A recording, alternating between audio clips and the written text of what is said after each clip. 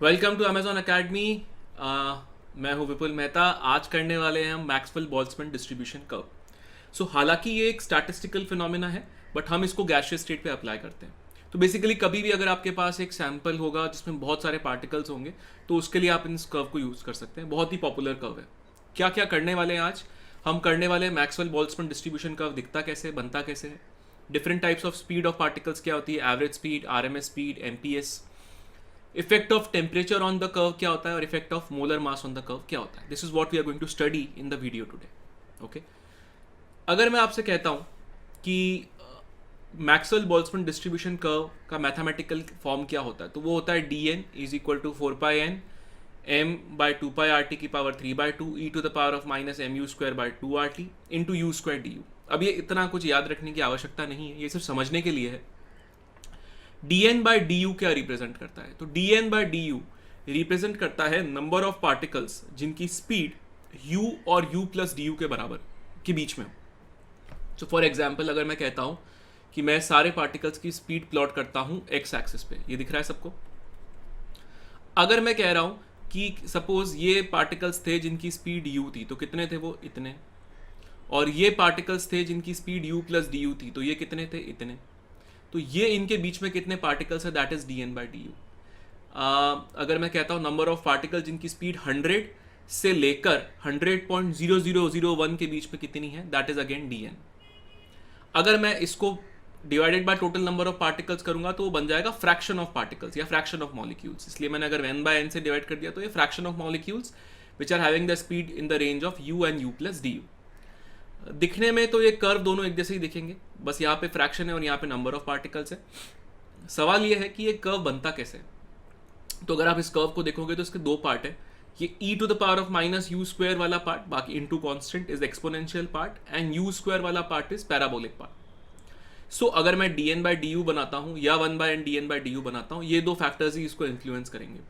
जब u की value छोटी होती है तो पैराबोलिक पार्ट डोमिनेट करता है, इसीलिए यहाँ पे मैं लिख रहा हूँ प्रोपोर्शनल टू यू स्क्वायर, यहाँ पे प्रोपोर्शनल टू यू स्क्वायर, ये क्योंकि कर्व बढ़ता जा रहा है। लेकिन जैसे जैसे u की वैल्यू बढ़ जाएगी आपके पास एक्सपोनेंशियल पार्ट डोमिनेट करेगा, इसलिए यहाँ पे e to the power of minus u square वाली टर्म और यहाँ पे भी e to the power of minus u square वाली टर्म डोमिनेट करेगी। इसीलिए कर्व पहले बढ़ता है फिर घटता है। अब ये क्या दिखा रहा है आपको कि आपके पास जो पार्टिकल्स है उनकी स्पीड का डिस्ट्रीब्यूशन क्या है, यानी कि किस पार्टिकल की कितनी स्पीड है। इसको आसानी से समझने के लिए मान लीजिए आप सब लोग जेई का एग्जाम दे रहे हैं, तो ये है नंबर ऑफ स्टूडेंट्स जो पेपर लिख रहे हैं और ये उनके कितने मार्क्स आए। ठीक है, तो ये कर्व भी एक्चुअली ऐसे ही बनेगा। ठीक है, अगर मैं बात करता हूं जेई का एग्जाम, तो जेई का एग्जाम में क्या होगा, बहुत ज्यादा मार्क्स, सपोज मैंने कह दिया कि ये कट ऑफ है, तो केवल इतने जो बच्चे हैं जो इस कर्व के एरिया में आएंगे, जो पिंक कलर मैंने अभी शेड किया है, केवल इतने बच्चे क्वालिफाई करेंगे, बाकी सारे पास नहीं कर पाएंगे। अगर मैं बात करता हूँ कि बचपन में बोर्ड एग्जाम होते थे तो क्या होता था, उसमें कट ऑफ इतना सा होता था, तो उसमें क्या होता था, केवल इतने से बच्चे फेल होते थे, बाकी सारे पास हो जाते थे। तो एक जेई का एग्जाम भी ऐसा ही होगा जिसमें आपके नंबर ऑफ स्टूडेंट्स जो होंगे और मार्क्स का ग्राफ ऐसा ही बनने वाला है। ठीक है, तो ये एक्स एक्सिस पे नंबर ऑफ मार्क्स है और यहाँ पे नंबर ऑफ स्टूडेंट्स है। तो फॉर एग्जाम्पल मैं कहता हूँ कि ये 30 है, तो 30 क्या है, नंबर ऑफ स्टूडेंट जिनके मार्क्स 30 आए वो सबसे ज़्यादा है। सपोज मैं कहता हूँ ये 40 है, तो नंबर ऑफ स्टूडेंट जिनके मार्क्स 40 आए वो इतने हैं। सिमिलरली अगर मैं स्पीड ऑफ पार्टिकल्स कहता हूँ तो वो भी मैं ऐसे ही प्लॉट कर रहा हूँ। आई होप सबको समझ में आ चुका होगा ये।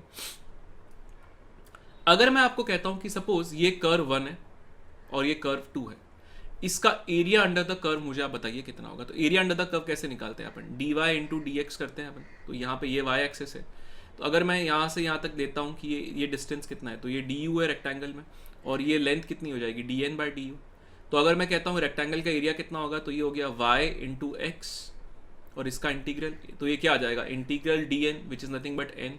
तो इस एरिया अगर मैं d n by d u versus u का कहता हूँ, तो इसका एरिया अंडर द कर्व क्या दिखाता है, number of particles.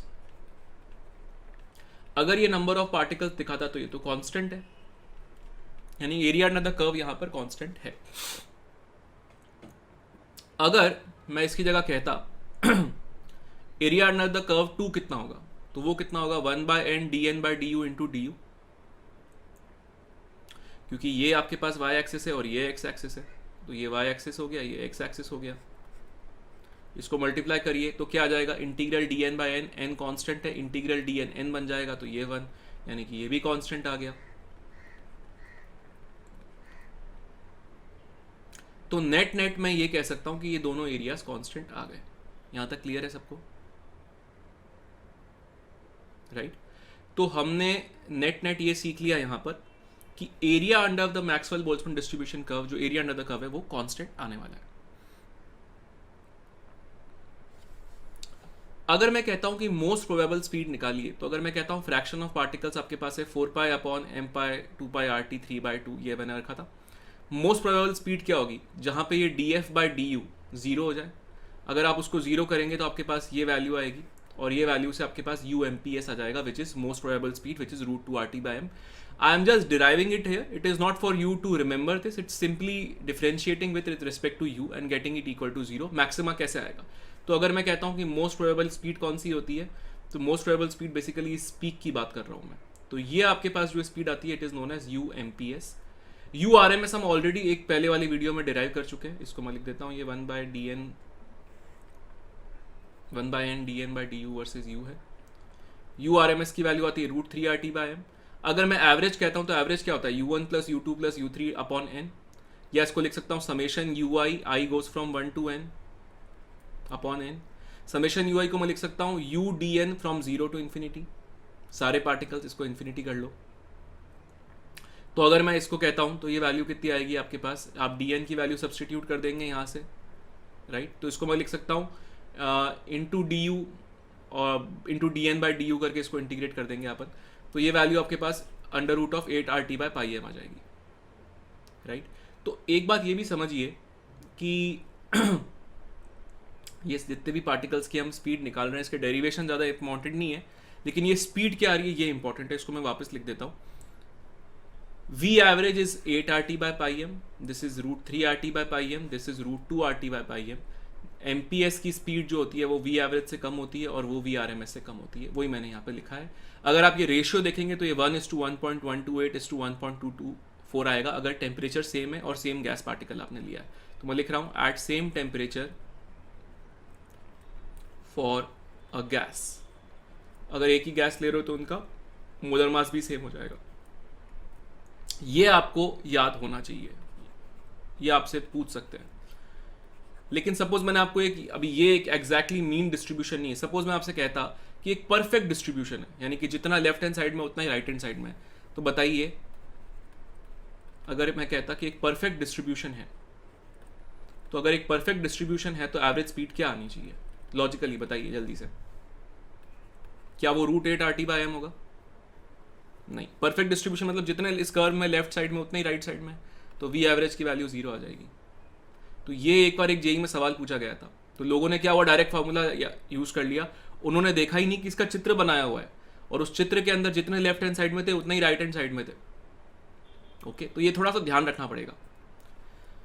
Fraction of particles having very high speed and very low speed is very small. अगर मैं पेपर बना रहा हूँ ये, तो जिन पार्टिकल्स की मैं बात कर रहा हूँ, जितने पार्टिकल जिनकी स्पीड बहुत कम है वो बहुत कम है, और जिनकी स्पीड बहुत ज़्यादा है वो भी बहुत कम है। यानी कि अगर मैं पेपर सेट करता हूँ तो जितने पार्टिकल, जितने बच्चे जिनके नंबर बहुत ही कम है वो भी बहुत कम है, ऐसा ही पेपर है। और जिसके बहुत ज़्यादा नंबर है वो बच्चे भी बहुत कम है, ज़्यादातर बच्चे बीच में। Area under the curve is constant, वो मैं अभी डिराइव कर ही चुका हूँ। इफेक्ट ऑन टेम्परेचर, अब ध्यान से समझिए। अगर मैं कहता हूँ कि हम टेम्परेचर बढ़ाते हैं, ठीक है, तो मैं कह रहा हूँ कि ये T2 है, ये T1 से बड़ा है, और T3 है वो दोनों से छोटा है। टेम्परेचर अगर मैं बढ़ाऊंगा तो आपके पास क्या होगा, V एवरेज बढ़ जाएगा क्योंकि टेम्परेचर बढ़ रहा है ना। सिमिलरली आपके पास पार्टिकल्स की नेट स्पीड बढ़ जाएगी। अगर मैं टेम्परेचर बढ़ाऊंगा तो ये कर्व फ्लैट हो जाएगा, राइट की तरफ शिफ्ट होने लग जाएगा, तो इसका पीक कम होएगा। अगर पीक सेम रखोगे तो फिर एरिया बढ़ जाएगा, और एरिया बढ़ नहीं सकता, एरिया कांस्टेंट है, तो ये कर्व राइट हैंड साइड की तरफ स्ट्रेच हो जाएगा। अगर ये कर्व राइट हैंड साइड की तरफ स्ट्रेच हो जाएगा, मैं एक चीज़ दिखा रहा हूँ यहाँ पे पिंक कलर से। सपोज ये स्पीड थी, मान लीजिए कुछ देर के लिए मैं समझा रहा हूँ, कि मान लीजिए ये स्पीड 100 है, मान लीजिए ये स्पीड 5 है, ठीक है। अगर मैं एक लाइन ड्रॉ करता हूँ यहाँ पे, ठीक है, तो अगर मैं कहता कि सपोज टेम्परेचर T1 पे नंबर ऑफ पार्टिकल जिनकी स्पीड 100 थी वो कितने थे, इतने थे, और टेम्परेचर T2 पे कितने हैं, ये ज़्यादा हो गए, यानी कि अगर मैं टेम्परेचर बढ़ा रहा हूँ तो नंबर ऑफ पार्टिकल जिनकी स्पीड ज़्यादा है is increasing. So as temperature increases number of particles having high speed increases. Suppose मैं कहता कि ये नंबर ऑफ पार्टिकल जिनकी स्पीड 5 है वो ये है. मैं इसको दूसरे कलर से दिखा देता हूँ, ब्लू से दिखा देता हूँ. तो ये कितना नंबर था? इतना था. और अब ये नंबर कितना है? इतना है. यानी कि नंबर ऑफ पार्टिकल जिनकी स्पीड 5 थी वो कम हो गए. यानी कि अगर मैं टेम्परेचर बढ़ा रहा हूँ तो number of particles having higher speed is increasing and number of particles having lower speed is decreasing. Similarly अगर मैं टेम्परेचर कम कर रहा हूँ तो कर्व जो है ये लेफ्ट की तरफ शिफ्ट हो जाएगा और पीक इसका बढ़ जाएगा क्योंकि एरिया सेम रहना चाहिए. यानी कि अगर मैं कहता हूँ कि अब नंबर ऑफ पार्टिकल जिनकी स्पीड 5 थी वो बढ़ गए हैं, यानी कि number of particles with lower speed increases and number of particle with higher speed, यानी कि नंबर ऑफ पार्टिकल जिनकी स्पीड 100 थी वो अब कम हो गए. समझने के लिए मैं एक तरीका बताता हूँ. अगर मैं कहता हूँ कि ये डिफिकल्टी लेवल पेपर का बहुत ही मीडियम टाइप सा था, तो अगर आप टेम्परेचर बढ़ा रहे हो तो आप पेपर को ईजी कर रहे हो. पेपर अगर ईजी करोगे ज़्यादा नंबर बच्चों के नंबर ज़्यादा आएंगे और कम बच्चों के नंबर कम आएंगे. पेपर अगर टेम्परेचर कम कर रहे हो तो आप पेपर को डिफिकल्ट कर रहे हो. पेपर को अगर डिफिकल्ट कर रहे हो तो बहुत कम बच्चे हैं जिनके नंबर ज़्यादा आएंगे और बहुत ज़्यादा बच्चे हैं जिनके नंबर ज़्यादा आएंगे, कम आएंगे. ठीक है. सो आप ये समझ सकते हैं कि अगर आपके पास पेपर का डिफिकल्टी लेवल मीडियम था, अगर आप इजी करोगे it is easier to score. So more number of people will score higher marks, less number of people will score lower marks. Or if you increase the temperature, more number of particles will travel with higher speed and less number of particles will travel with lower speed. Similarly, अगर आप paper का difficulty level बढ़ाते हो तो more number of people will score lower marks and less number of people will score higher marks. Or if I am decreasing the temperature, the curve shift towards left, the peak increases. Or I can say number of particles traveling with lower speed increases and number of particles traveling with higher speed decreases. वही मैंने आपको यहाँ पे लिख के बताया है. जो टेम्परेचर का इफेक्ट है उसका जस्ट ऑपोजिट इफेक्ट होता है आपके पास मास का. क्यों? अगर मैं मास देखता हूँ इक्वेशन के अंदर तो अगर आप देखोगे तो क्या होगा, अगर मास को कम कर दोगे तो ये वी एवरेज बढ़ जाएगा, मास को कम कर दोगे तो वी आर एम एस बढ़ जाएगा, तो सारी स्पीड बढ़ जाती है. तो यहाँ पे मैं कह रहा हूँ कि अगर ये M2 है, ये M1 है, ये M3 है, तो M2 सबसे कम है, फिर M1 है, फिर M3 है. अगर मैं मास को कम कर रहा हूँ तो ये कर्व राइट की तरफ शिफ्ट हो रहा है. यानी कि मैं क्या कर रहा हूँ कि अब यहाँ पे M2 जो है वो सबसे कम है, तो ये पेपर का डिफिकल्टी लेवल इजी है. यानी कि more number of particles will travel with higher speed and less number of particles will travel with lower speed. ये हो गया डिफिकल्ट. मतलब मोर नंबर ऑफ पार्टिकल्स, अगर मैं मास को बढ़ा रहा हूँ curve shift towards left, the peak increases और more number of particles will travel with lower speeds and high number of particles and less number of particles will travel with higher speed. तो it is, आपको ये ध्यान रखने की ज़रूरत का सबसे सिंपल तरीका क्या है, आप टेम्परेचर का ध्यान रखिए, मोलर मास जस्ट उसके ऑपोजिट होगा. ओके.